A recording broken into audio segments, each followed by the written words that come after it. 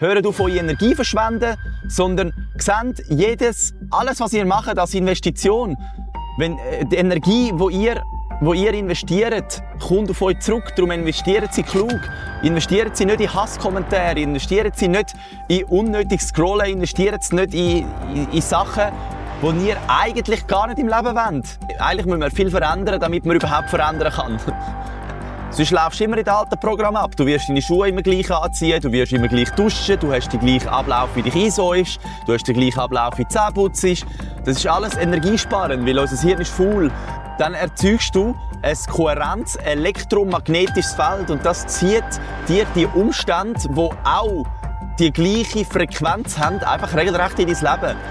Darum ist es ja meistens so, dass wenn irgendjemand eine Meinung hat, vor allem gerade in den Medien, dass einfach am nächsten Tag alle die gleiche Meinung haben. Also genau. Ja, wenn man irgendwas verändern im Leben, dann muss man sich wirklich... Ja, es ist nicht einfach, Veränderung, weil unser Programm, ich sage jetzt mal, es gibt das normale Programm, das läuft echt die ganze Zeit. Das ist das, was du tagtäglich eigentlich unbewusst machst. Das heisst, dass du gar nie wirklich bewusst dabei bist, oder? Zum Beispiel beim Atmen bist du ja nicht bewusst dabei. Ausser du machst Techniken oder so. Oder du erinnerst dich mal dran, aber sonst bist du den ganzen Tag eigentlich unbewusst, das Ganze unbewusst am Machen. Das heisst, du bist unbewusst am Atmen, so wie du unbewusst oftmals redest, so wie du unbewusst all deine Themen immer wieder ansprichst. So wie du unbewusst am Morgen aufstehst, so wie du unbewusst oder ganz automatisch, sagen wir es so, ganz automatisch deine Zähne putzt, deine Schuhe anziehst, alles ist immer gleich. Geh mal aufs WC und tu mal während dem WC dir die ganze Zeit sagen, nein, ich werde nicht spülen, ich werde nicht spülen, ich werde nicht spülen, ich werde nicht spülen. Und ich wette mit dir, ein Grossteil wird aufstehen und einfach spülen. Weil das nicht einmal das «Nein, ich will nicht spülen» bewusst gemacht wird, weil man auch da schon eigentlich nebenbei in 100 anderen Gedanken ist, wie der Tag, wie man dort losgeht oder wie man weiterfahren sollte. Das ist unbewusste Programm, das nebenbei die ganze Zeit abläuft. Darum ist es mega wichtig, den ganzen Tag, also so oft wie möglich bewusst zu sein. Was machst du eigentlich? Wie denkst du eigentlich? Wie fühlst du eigentlich? Warum fühlst du so? Weil nur so hast du eigentlich die Möglichkeit zum Verändern. Sonst laufst du immer in den alten Programm ab. Du wirst deine Schuhe immer gleich anziehen, du wirst immer gleich duschen, du hast den gleichen Ablauf, wie dich einsäufst, du hast den gleichen Ablauf, wie du Zähne putzt. Das ist alles energiesparend, weil unser Hirn ist faul. Und das Schwierigste ist wirklich Denken. Denken ist etwas echt Schwieriges. Darum ist es ja meistens so, dass wenn irgendjemand eine Meinung hat, vor allem gerade in den Medien, dass einfach am nächsten Tag alle die gleiche Meinung haben. Weil es denkt uns jemand vor und wir übernehmen dann einfach, ohne gross zu überlegen. Weil Überlegen ist einfach mega anstrengend. Obwohl ich wohlbemerkt eigentlich viel anstrengender finde, die ganze Zeit das Zeug hören. Also für mich ist es viel anstrengender, die ganze Zeit das Zeug nicht müssen mich einlassen, wo ich nicht will. Oder? Weil das ist wirklich wichtig, dass du nicht die Sachen aufnimmst oder annimmst in deiner Realität, was du nicht möchtest erleben, was du nicht möchtest erfahren. Weil du wirst das, was du emotional fütterst und immer wieder daran denkst, in deinem Leben antreffen. Du wirst es immer wieder antreffen. Auch wenn es nur so ist, dass die nächsten News dir plötzlich auf dem Tisch offen liegen oder deine Kollegen dir das mitteilen. Andere Menschen sind Sprachrohr für deine innere Einstellung. Die werden dir immer wieder das spiegeln, was du innerlich für wahr haltest oder wie du keine Grenzen hast oder keine Ahnung. Wenn du keine Grenzen hast, dann werden die Leute immer wieder über deine Grenzen treten, bis du sie klar kannst kommunizieren. Wegen dem sind die anderen nicht Assis, sondern sie sind einfach nur Bote, um dir zu zeigen, wie du gerade mit dir selber umgehst, wie du gerade selber mit dir in Verbindung stehst. Oder wir sind im Kern sind wir alle miteinander verbunden. Ja. Und darum andere, die meinen jetzt nicht böse mit uns. Die sind einfach immer wieder uns am zeigen, wer wir eigentlich sind. Und wenn man das Ganze so einmal betrachtet und man auch wirklich merkt, dass wenn man sich verändert, sprich, wenn du wenn du merkst so, das will ich jetzt einfach nicht mehr und du wirklich dahinter stehst und überzeugt bist, Oder? Geh mal zurück in deinem Leben. Hat sich dann wirklich auch was verändert, oder? Dann hat sich nämlich etwas verändert. Dann sind plötzlich die Leute nicht mehr auf dich zugekommen, so wie vorher. Die Leute haben wahrscheinlich anders angefangen mit dir zu reden. Du hast andere Sachen in deinem Leben angetroffen. Ja, weil, wie ich auch schon gesagt habe, das, was du denkst, deine Gedanken, die erzeugen das elektrisches Feld. Und dein Herz, wie du fühlst, das tut das magnetisches Feld erzeugen.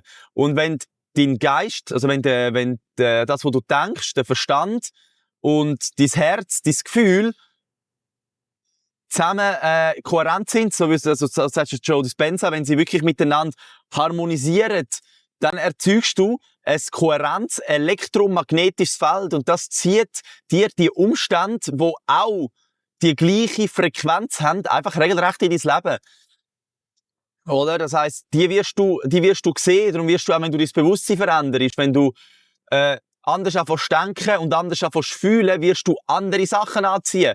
Ob es jetzt auch, da ist auch Social Media, du wirst dann im Social Media andere Sachen anfangen anziehen. Anfangen zu sehen, die werden andere Sachen auffallen. Die wird dann irgendwas auffallen im Social Media, wo davor nicht aufgefallen ist, und dann drückst du drauf und dann der Algorithmus, zack, merkt, aha, der Pauli will mehr von dem sehen, und dann wirst du mehr von dem sehen und du wirst immer mehr von dem sehen. Und unser Leben ist schlussendlich auch ein Algorithmus. Nichts anderes wie ein Social Media Algorithmus. Du schaust irgendetwas an, oder du denkst über etwas nach und nachher wirst du mehr von dem sehen. Das Leben ist wie der Algorithmus. Es merkt dann, aha, der Fabio möchte mehr von dem sehen, also dümmer mehr von dem, mehr aus das filtern. Wie in einem Shop, wenn du online gehst, Bestellung machen und du sagst, ich möchte jetzt nur rote Sachen, oder? Da tust du ganz klar, ganz gezielt tust du nach Rot filtern.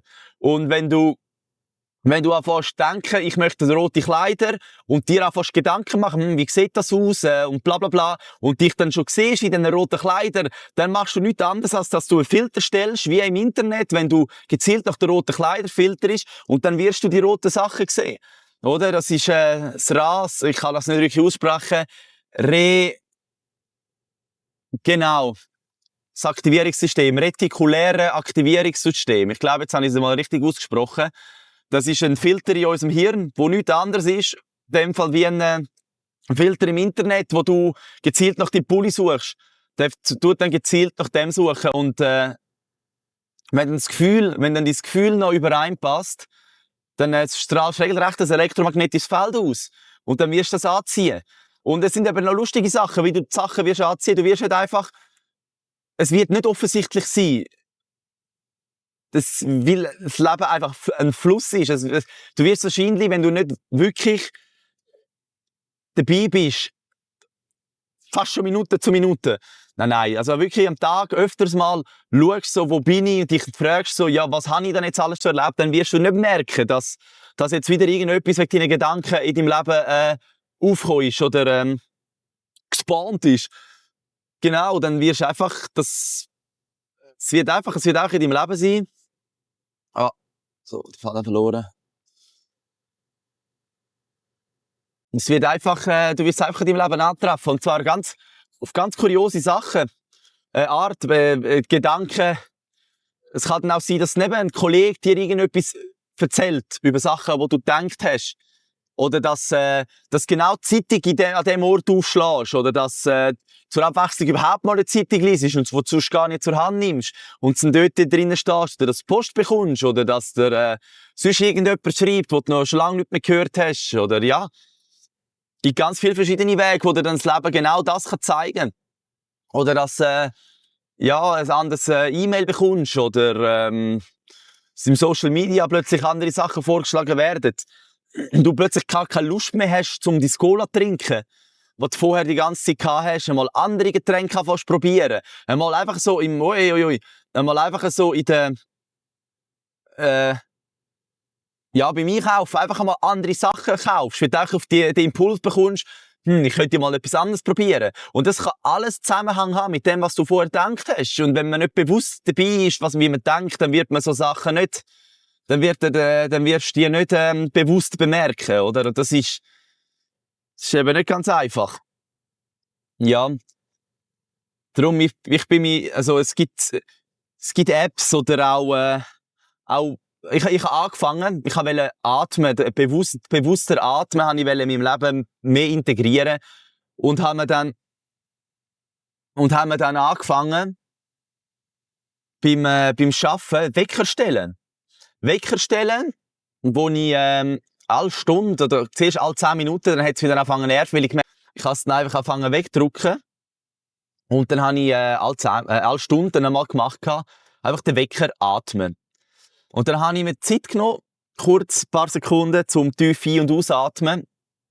Und das Lustige ist, wenn ich jetzt einen Wecker höre, dann kommt schon automatisch der Impuls, dass ich atmen will, weil ich den jetzt schon fast integriert habe. Und dann kannst du mit allem machen. Du hast irgendetwas rein, was du wirklich nicht vergessen willst. Und irgendwann wird drin sein. Es gibt auch Apps, wo du bei jedem Entsperren von deinem Handy etwas angezeigt wird. Genau, es gibt verschiedene Sachen, wie kannst du bewusst werden, oder? Und irgendwann ist einfach schon nur einmal, wenn das Handy läutet, weisst du, okay, ich muss mal tief durchatmen. Bei mir hat dann das noch einen weiteren Verlauf genommen, das Atmen hat mich komplett entschleunigt. Ich habe dann auch gemerkt, ich bin von der Baustelle, ich bin vorher immer über die Baustelle gerannt und ab dem Moment, wo das Atmen mehr zu mir geworden ist, bin ich dann auch nicht mehr wirklich so wie vorher über die Baustelle gerannt. Wegen dem habe ich jetzt nicht weniger geschafft, aber ich bin einfach nicht mehr so gestresst. Ich fühle mich nicht mehr so gestresst, oder? Das hat mir mein ganzes Wesen angefangen zu entschleunigen und ich bin ein sehr diffiger, ja. Und das hat mir sehr viel gebracht, so, dass, in meinem Leben, dass das alles ein bisschen ruhiger wird. Voll. Ja, darum, am besten könnt ihr euch einmal einen Wecker setzen. Oder ihr könnt auch auf dem Sperrbildschirm, könnt ihr unten etwas anschreiben. Dort, wo ihr sonst eigentlich könntet, uns Nummer anschreiben, dass wenn ihr das Handy verliert, könnt ihr auch irgendeinen Spruch anschreiben. Ich könnte den Wecker benennen, ich könnte Ordner benennen, einfach so, dass ihr es seht. Aber ihr müsst beobachtet, Sachen, die ihr mehr wie 3 Mal seht, werden dann einfach wieder normal. Das ist dann wie ich am Anfang gesagt habe, wenn ihr aufs WC geht, ihr spült einfach, ihr überlegt nicht mehr. Und Sachen, wenn ihr auf dem Handy dann seht, ja bitte atmen, irgendwann drückt das einfach weg, weil es normal ist und ihr atmet dann vielleicht nicht mehr. Wirklich bewusst das Ganze angehen. Wir müssen das anschauen, weil ich werde es irgendwann einfach als normal wieder, weil der Alltag so laut ist und ihr schon ganz am anders wieder sind mit den Gedanken, werdet ihr das, wenn ihr es nicht bewusst macht, gar nicht bemerken. Darum, was ich da habe, ich tue oftmals die Emojis ändern oder Texte ändern, so dass es wieder etwas Neues ist. Weil neue Sachen fallen auf. Achtet euch mal beim Autofahren oder beim Arbeiten gehen oder egal wo ihr hingeht, wenn ihr durch die Straße lauft. Ihr bemerkt gar nichts mehr, weil euer Hirn tut mega viel im peripheren Blickfeld einfach abspeichern und das ist dort, das ist passiv dabei, das bemerkt ihr gar nicht und so werdet ihr irgendwann auch nur noch passiv euren Wecker mitbekommen oder halt alles. Darum viel verändern, ihr müsst viel verändern in eurem Leben, immer wieder Sachen ändern, dass es nicht normal wird. Weil sobald etwas normal ist, dann muss man nicht mehr bewusst daran denken, dann braucht es keine Energie mehr an den Gedanken oder an das Ganze. Und dann dann wird es einfach wieder gemacht, ohne dass ihr es bemerkt. Darum viel Veränderung. Eigentlich müssen wir viel verändern, damit man überhaupt verändern kann. Ja, und es ist aktiv, da muss man aktiv sein. Es ist nicht, ich will jetzt Veränderung und dann passiert's. Nein, man muss sich wirklich Gedanken machen und